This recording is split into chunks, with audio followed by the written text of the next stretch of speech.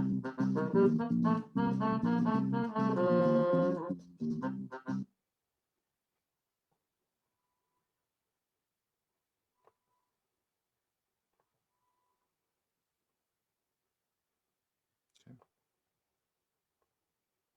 welcome back. And I think we're right over to Sybil, who's going to be talking with Linda.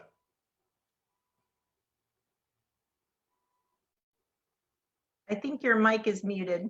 Nope.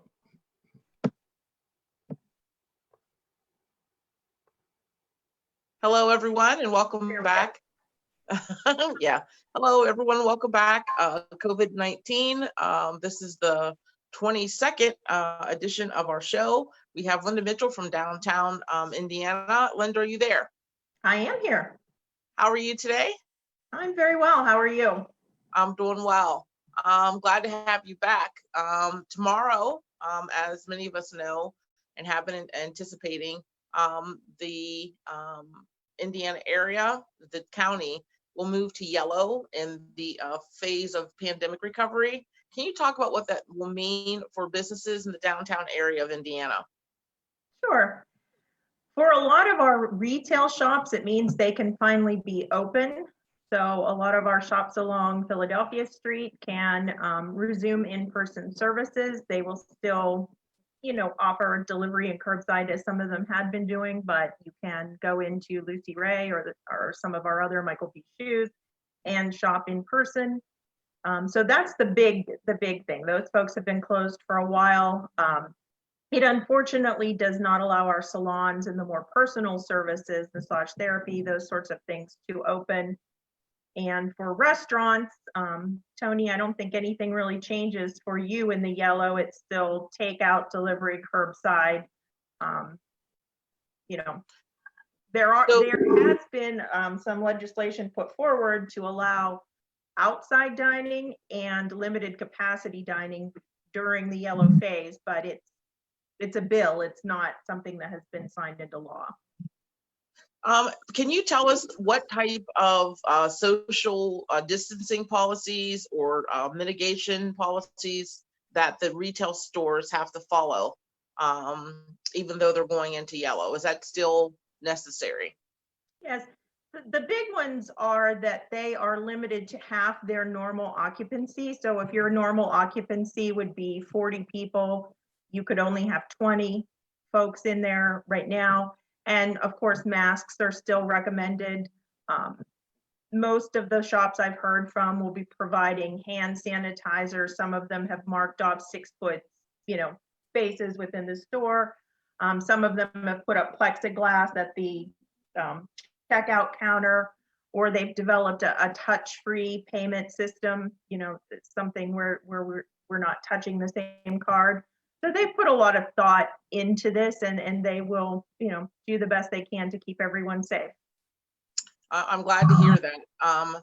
Can you tell us a little bit about the supports the downtown Indiana will be offering the business owner as they reopen? We'll continue to do what we have been doing, and that's sharing information as we become aware of it. Anything that might be useful to them. Also promoting the idea. We're putting together a spreadsheet right now that we'll be putting on our website, just to let people know who's reopening, when they're reopening, what their hours are. A lot of the businesses are modifying their hours from what they were traditionally. What special services, some of our businesses are offering appointments outside of their hours, so that if someone doesn't feel comfortable coming in during the public hours, they can make an appointment and come in and do some private shopping if that's how they feel more comfortable. So we're trying to get all of that out to the public as we can. Switching gears just a little bit, I know last time we had you on, it was right after the first stimulus package had passed, and there was a large sum of money that was available to small businesses through either disaster relief or the PPP. And we got kind of mixed reviews, and since then a second round has occurred. Can you tell us what's going on, or what the status is with businesses that you're hearing about in our downtown Indiana area? Okay. Well, I certainly can't speak for everyone's experience. I know there has been some frustration with the various programs. Some people have had success, some people have not. For example, the Census Bureau just today released the results of a study, a survey that they did on the payroll protection program. And I have no reason to believe Indiana's numbers would be that much different from the national numbers, but 75% of all small businesses applied for PPP funds. And as of the beginning of May, less than 40% had received anything. So you can see right there what the difference is. Idle funds, I know a lot of people who have their application in the pipeline and who have gotten emails confirming that your application has been received. I do not personally know of anyone yet who's received the funds. I'm sure there are people who have. I just, I don't check on everyone every day. But an idle right now is just the only applications that can be put in right now for idle, which is the economic injury disaster loan, are agricultural businesses. So for the traditional small, that time period is over.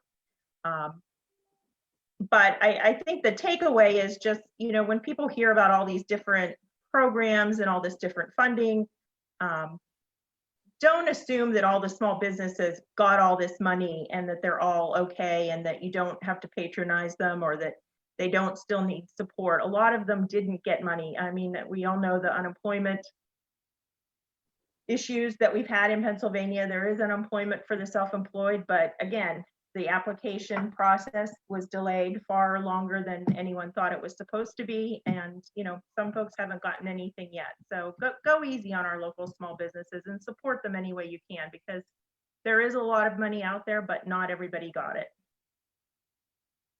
Okay. So I know you were talking about, businesses that were frustrated, that can't open, even though we're in the yellow, they have to wait until we're in the green, or they can only do business part way and not in their traditional manners. Mm-hmm. We're hearing about some authorities allowing businesses to open that are still in the red, or allowing counties or business people that are in the yellow to open and to go back to normal operations. What risks do businesses who don't follow the recommendations of the governor, what risks do they have if they open too quickly? Well, I don't have any special insight into that. Downtown Indiana isn't a regulatory or an enforcement body, so I have the information that we all can access through the news, and that is that your licenses can be in jeopardy. The state controls a lot of licenses for various businesses. So ultimately, whether your local authority is going to enforce things, you could be in trouble with the state with regard to, PLCB licenses or other types of licenses. And your insurance is also a big concern. Opening against, recommendations or against the governor's orders could end in you losing your liability insurance or different, types of insurance you have. So it's something very serious to consider, because without licenses and without insurance, it would be very hard to operate a business. So those are real concerns people should think about. I know you were talking again. I know you were talking again about supporting small businesses. Mm-hmm. How can people still support small businesses right now? I know you were talking about restaurants with takeout and pickup, which a lot of people have turned to just to help small businesses. The local teachers here, I think it was Tom's Pizza. It was a $9,000 or something for a pizza party for all of our kids. How are some other ways that people can support small businesses here? Well, I think, when our small shops reopen, support them. If you need to buy a baby gift or something, think about going local. We do have still the Indiana County, it's on the screen now, the food establishments, who's open, who's not, what hours they're open, what they're offering. We're doing something similar for our downtown retail businesses, when they'll be open, et cetera. Buy a gift card if you're looking to the future. If it's not a great time for you to, spend money, you can still support them by going on social media, liking their posts, sharing their posts, encouraging other people to do the same. If you know about a great business, share it with your friends, share it on social media and say, hey, this is where I got a really, great experience, or I got a great gift here. So you can always just support them, leave a positive review. those reviews matter. So if you've had a good experience at one of the businesses, leave them a nice review that doesn't cost you anything, just a few minutes of your time. You know, just give them an encouraging word if you see them out. I don't know if Tony has anything else that he would recommend, but I think we just need to really think about where we're spending our money and supporting our local businesses, maybe rather than some of our larger chains and national businesses. Great. I know it's so tempting sometimes to buy things online, and the process is so easy, right? But I also encourage people to shop local. All of our parks and our schools and teachers and things like that, the money that we give to businesses, their tax revenue comes back into the community. So I think it's real important to remember that as well. Thank you so much for being here, for telling us a little bit about what's going on in downtown Indiana. And hopefully we'll have you back as soon as we get moved to green. So thank you so much. All right. Thank you. Take care.